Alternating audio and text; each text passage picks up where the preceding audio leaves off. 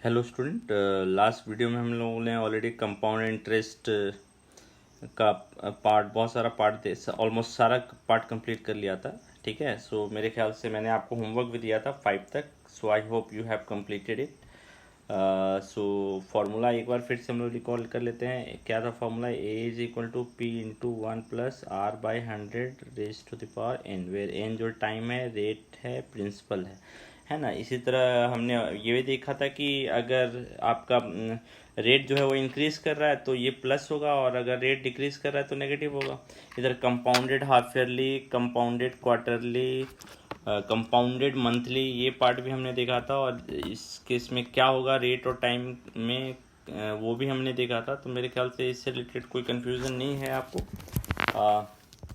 और मेरे ख्याल से अब ऑलमोस्ट आप सारा क्वेश्चन सॉल्व कर सकते हैं इस बुक में। ठीक है, सो जैसे अब आप देखिए,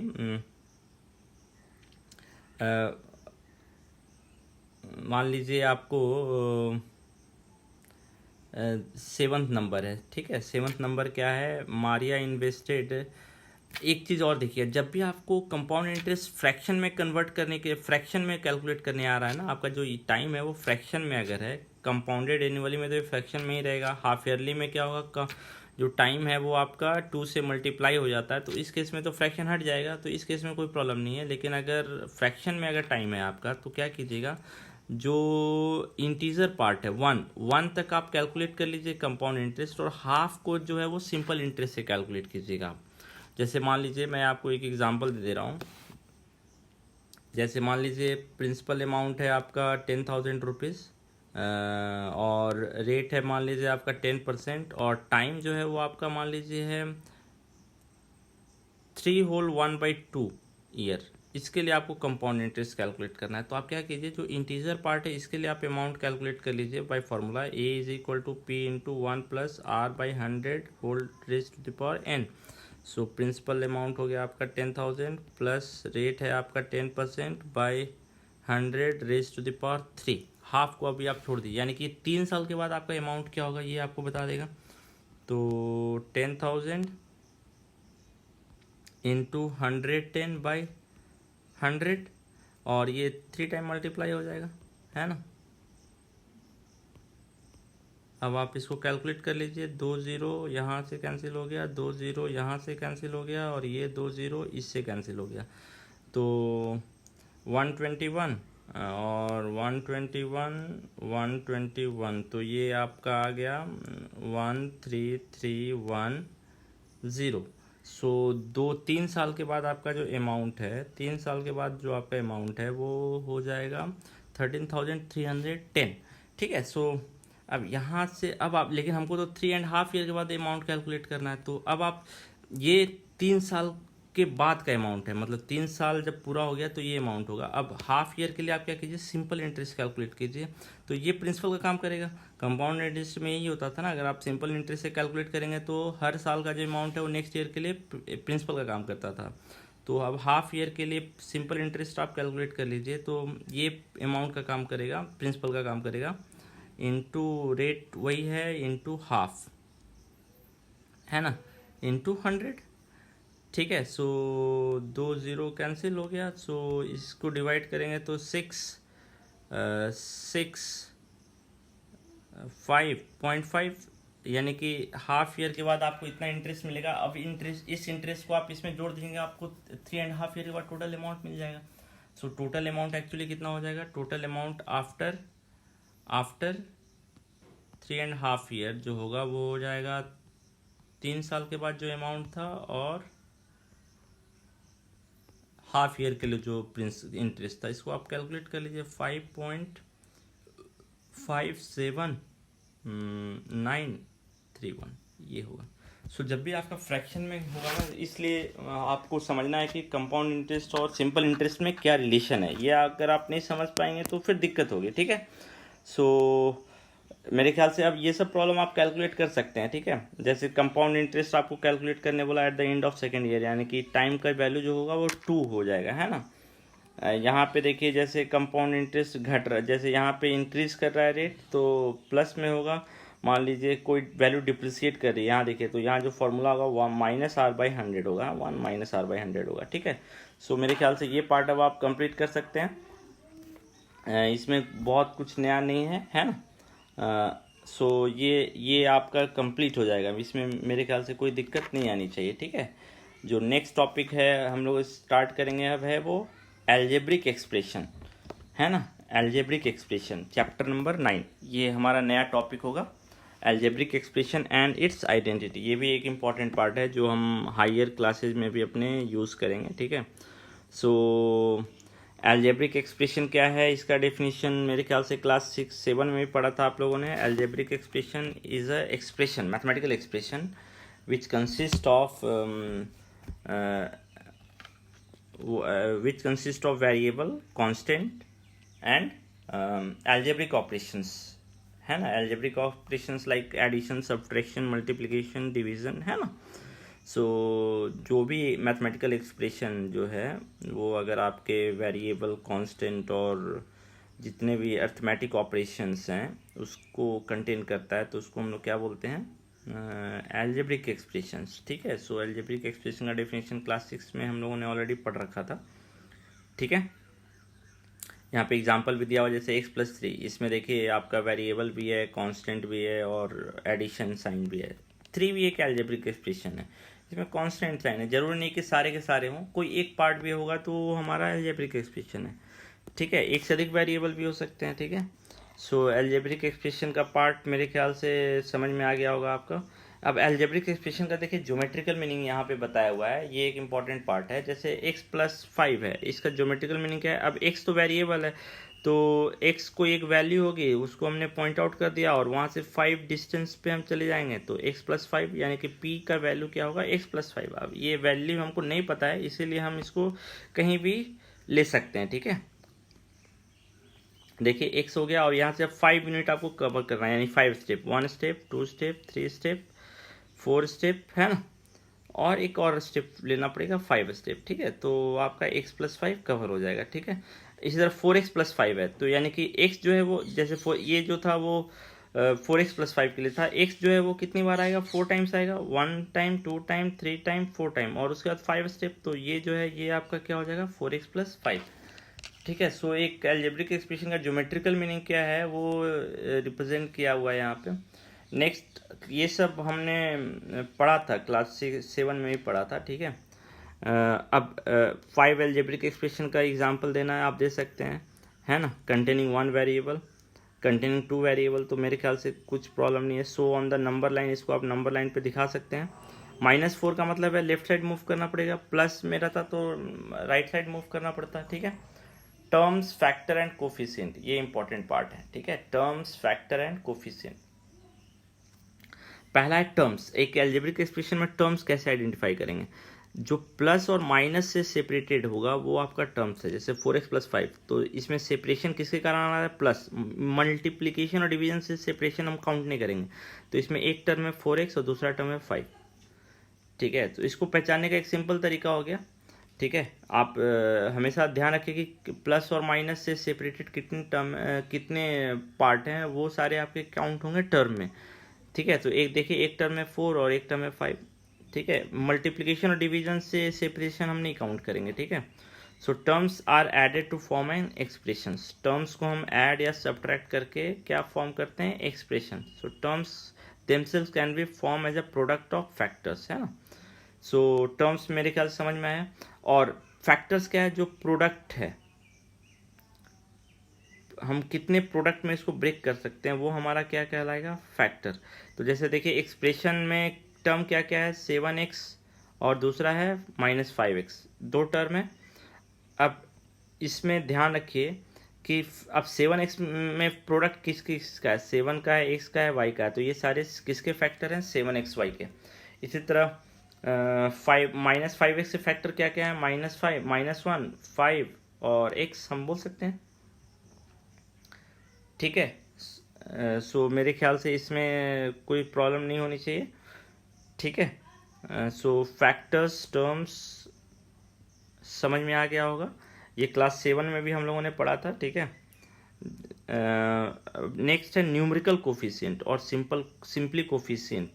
तो जो कांस्टेंट पार्ट होता है किसी भी टर्म के साथ वो उसका कोफिशिएंट होता है। जैसे इसमें दो टर्म है ना, 7xy और -5xy। तो 7xy का कोफिशिएंट क्या होगा, 7 कांस्टेंट टर्म जो है, और -5x का कोफिशिएंट कितना होगा, -5। ठीक है। अब जैसे इस केस में आइए, इस केस में आपको पहले टर्म आइडेंटिफाई करना है। एक टर्म है x²y², दूसरा टर्म है -10², माइनस के साथ हम लेंगे x²y², दूसरा टर्म है -10x²y, तीसरा टर्म है 5xy² और चौथा टर्म है -20। अब इसका कोफिशिएंट क्या होगा, इसका कोफिशिएंट 1 होगा, कांस्टेंट टर्म। इसका कोफिशिएंट क्या होगा, -10। इसका कोफिशिएंट क्या होगा, 5। ये तो कांस्टेंट टर्म है तो इसका कोफिशिएंट नहीं होगा। ठीक है। सो मेरे ख्याल से कोफिशिएंट आइडेंटिफाई करना आपको आ गया होगा। ठीक है। नेक्स्ट है हमारा monomial types of algebraic expression based on number of terms. ठीक है। सो अब आप ये ध्यान रखिए कि हम लोग जो भी एल्जेब्रिक एक्सप्रेशन पढ़ रहे हैं वो पोलिनोमियल पढ़ रहे हैं। ठीक है। एल्जेब्रिक एक्सप्रेशन जो भी हमारा है वो पोलिनोमियल है। ठीक है। पोलिनोमियल है यानी कि जो पावर है वेरिएबल का, जो पावर एक्सपोनेंट है वेरिएबल का, वो कभी भी फ्रैक्शन या नेगेटिव नहीं होगा, हमेशा क्या होगा, एक नेचुरल नंबर होगा। ठीक है। तो वैसे को हम लोग क्या बोलते हैं, पोलिनोमियल। तो देखिए, एक टर्म अगर किसी भी एल्जेब्रिक एक्सप्रेशन में तो उसको हम क्या बोलेंगे, मोनोमियल। दो टर्म है तो उसको क्या बोलेंगे, बाइनोमियल। तीन टर्म है तो उसको ट्राइनोमियल, और एक से अधिक टर्म है उसको हम पोलिनोमियल भी बोल सकते हैं। यानी 4 टर्म, 3 टर्म से अधिक है तो हम उसको पोलिनोमियल भी बोल सकते हैं। ठीक है। यानी कि बहुत सारे टर्म हैं। ठीक है। सो मोनोमियल का मतलब है एक टर्म काउंट होगा, उसमें एक ही टर्म होना चाहिए। बाइनोमियल का मतलब है 2 टर्म होने चाहिए। पर ट्राइनोमियल का मतलब है 3 टर्म होने चाहिए, और पोलिनोमियल का मतलब है 3 से अधिक टर्म। ठीक है। इवन आप बाइनोमियल को भी पोलिनोमियल बोल सकते हैं, ट्राइनोमियल को भी पोलिनोमियल बोल सकते हैं, और 3 से अधिक है उसको भी आप पोलिनोमियल बोल सकते हैं, ऐसा कुछ नहीं है। ठीक है। सो इसमें देखिए क्लासीफाई करना है मोनोमियल, बाइनोमियल, ट्राइनोमियल। तो मेरे ख्याल से आप क्लासीफाई कर सकते हैं। कंस्ट्रक्ट करना है आपको binomial, 3 binomials with only x variable. तो x वेरिएबल तो 2x प्लस 5x² प्लस 3। ये बाइनोमियल कैलकुलेट करना है ना, तो ये एक आपका बाइनोमियल है। जिस तरह आप 2 और कैलकुलेट कर सकते हैं बाइनोमियल जो जिसमें 2 वेरिएबल हो, बना सकते हैं। 3 बाइनोमियल मोनोमियल जिसमें विथ x और y वेरिएबल, 2 ही वेरिएबल हो। ठीक है। सो ये ट्रेडिज भी आप कंप्लीट कीजिएगा। ठीक है। नेक्स्ट हमारा पार्ट है लाइक एंड अनलाइक टर्म्स। ठीक है। सो ये भी इम्पोर्टेंट है, लाइक टर्म और अनलाइक टर्म हम कैसे पहचानेंगे, कौन सा टर्म हमारा लाइक है, कौन सा टर्म हमारा अनलाइक है। ठीक है। सो लाइक टर्म का जो हमारा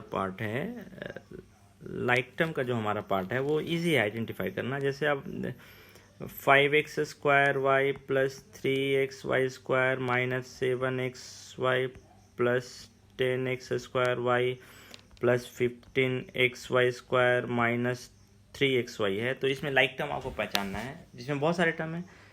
इसमें आपके टर्म क्या क्या है देखिए, एक टर्म, 2 टर्म, 3, 4, 5, 6, टोटल 6 टर्म्स हैं, है ना, सेपरेटेड बाय एडिशन और सब्ट्रैक्शन। ठीक है।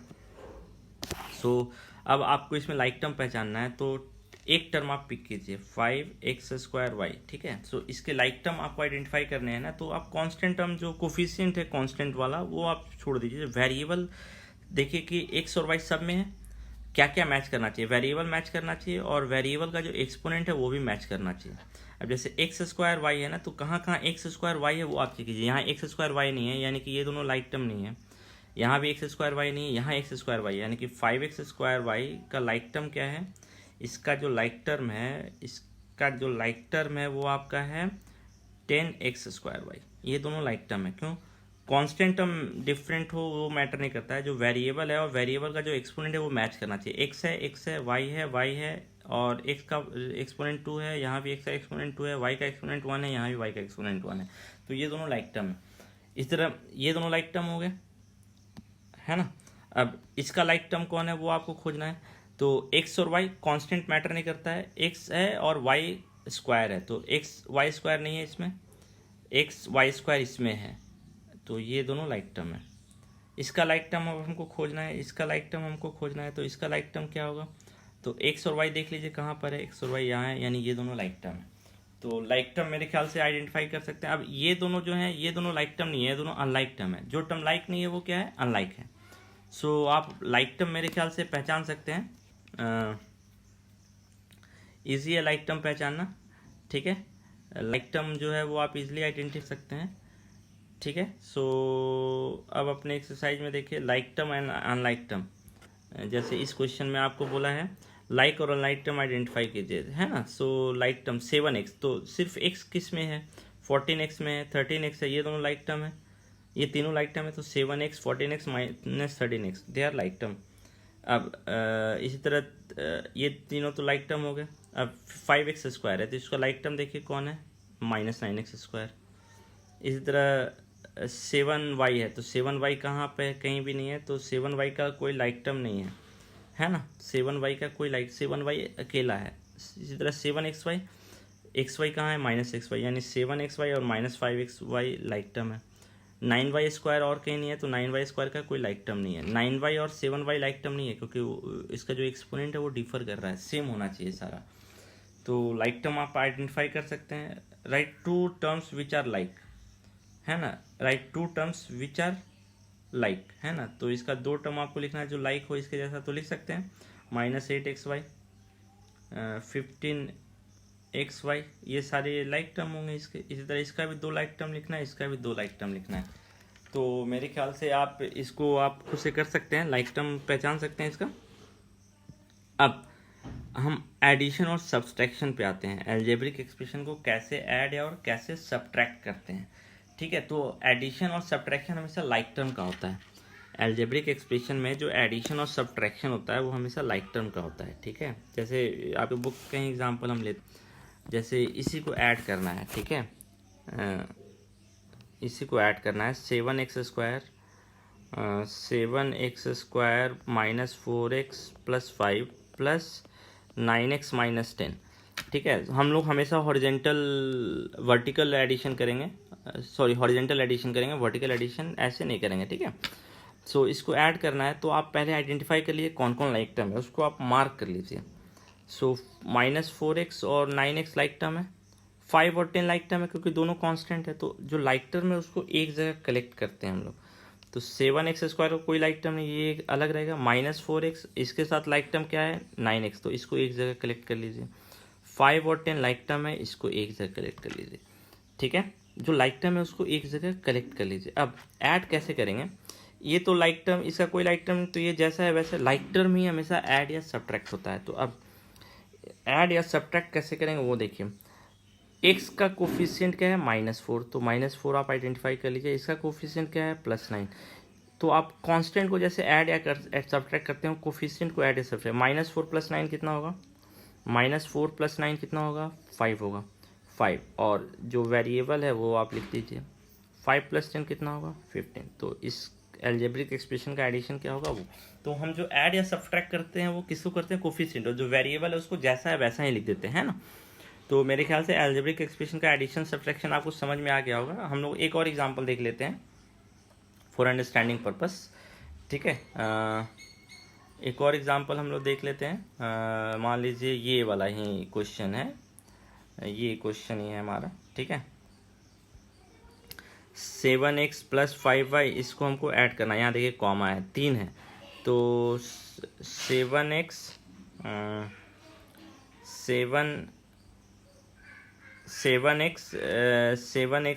+ 5yz - 3zx + 4yz + 9zx - 4y - 3xz + 5x - 2xy है। तो आप पहले लाइक टर्म आइडेंटिफाई कीजिए कि लाइक टर्म कौन कौन है। 7xy का लाइक टर्म कौन है? xy कहाँ है? xy आप आइडेंटिफाई कीजिए, xy यहाँ है, तो ये दोनों लाइक टर्म होंगे, ये दोनों एक जगह होंगे। इसी तरह 5yz है, yz का लाइक टर्म कौन है? yz का लाइक टर्म ये है, तो ये दोनों एक जगह इकट्ठा होंगे, है ना। इसी तरह अब आप 3zx है, -3zx है, तो xz कहाँ है? इसमें है, तो ये दोनों लाइक टर्म है। है ना, 9ZX है, 9ZX ये भी लाइक टर्म है, ये तीनों लाइक टर्म है, ये और ये तीनों लाइक टर्म है, एक जगह होंगे, है ना। अब 4y और 5x ये दोनों लाइक टर्म है और इसका कोई लाइक टर्म नहीं है ना। तो अब इसको हम अरेंज करेंगे। 7xy के साथ कौन आएगा, 7xy के साथ आएगा -2xy, माइनस के साथ साइन के साथ आपको एक जगह लाना है, प्लस 5yz है, इसके साथ कौन आएगा, yz है तो इसके साथ 4yz, प्लस के साथ 4yz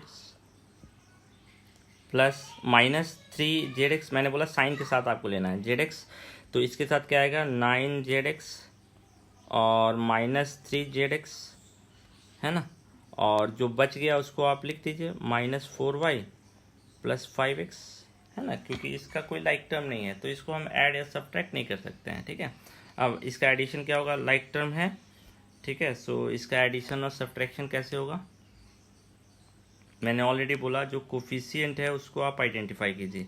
इन दोनों का कोफिशिएंट क्या है, 7 और -2, तो इसको आप सिर्फ जैसे नंबर को ऐड करते हैं ऐसे इसको नंबर को ऐड कर दीजिए, ठीक है। तो 7 -2 कितना हो जाएगा 5, और जो वेरिएबल है उसको आप कॉपी कर लीजिए, तो 5xy, इसका इसमें कोफिशिएंट क्या है 5 और 4, है ना, तो कितना हो जाएगा 5 4 9, 9yz हो गया। इसमें कोफिशिएंट 3 है तो -3 + 9 -3, तो आप इसको ऐड सब्ट्रैक्ट कर सकते हैं। -3 + 9 6 हो जाएगा, 6 - 3 3 हो जाएगा, तो ये कितना हो जाएगा 3zx, और जो बाकी है उसको आप जैसे वैसे कॉपी कर दीजिए, क्योंकि ये अनलाइक टर्म ऐड या सब्ट्रैक्ट नहीं हो सकते हैं। जब भी ऐड या सब्ट्रैक्ट होगा कौन होगा, लाइक टर्म होगा, ठीक है, इस चीज़ को आप ध्यान रखिएगा। सो अब एक्सरसाइज 9.1 आप कंप्लीट कर सकते हैं। देखिए, identify the term their coefficient for each of the following expression, तो टर्म को आइडेंटिफाई कर सकते हैं, कोफिशिएंट आइडेंटिफाई कर सकते हैं, classify as monomial, binomial and trinomial, and which polynomial do not fit in any of this 3 category, और जो तीनों कैटेगरी में नहीं है उसको अलग लिखना है, ऐड करना है ये भी आपका हो जाएगा, सब्ट्रैक्ट करना है तो ये भी आपका हो जाएगा। सब्ट्रैक्ट करना है तो जैसे इसको जो है इससे सब्ट्रैक्ट करना है, तो फ्रॉम के बाद वाला जो होता है वो पहले लिखा जाता है, तो 12a - 9ab + 5b - 3, और बीच में माइनस ब्रैकेट में, अब इसके बाद ये 4a - 7ab + 3b + 12। अब आप जब ब्रैकेट ब्रेक करेंगे तो माइनस सब में मल्टीप्लाई हो, तो जो माइनस है वो प्लस में हो जाएगा, तो क्या हो जाएगा 12a - 9ab + 5b - 3 - 4a + 7ab, ठीक है, +7ab, और क्या हो जाएगा +7ab -3b - 12। अब आप लाइक टर्म को एक जगह इकट्ठा कर लीजिए और उसको ऐड या सब्ट्रैक्ट कर दीजिए, तो क्वेश्चन नंबर 4 भी आपका कंप्लीट हो जाएगा। So first complete your exercise 9.1, ठीक है।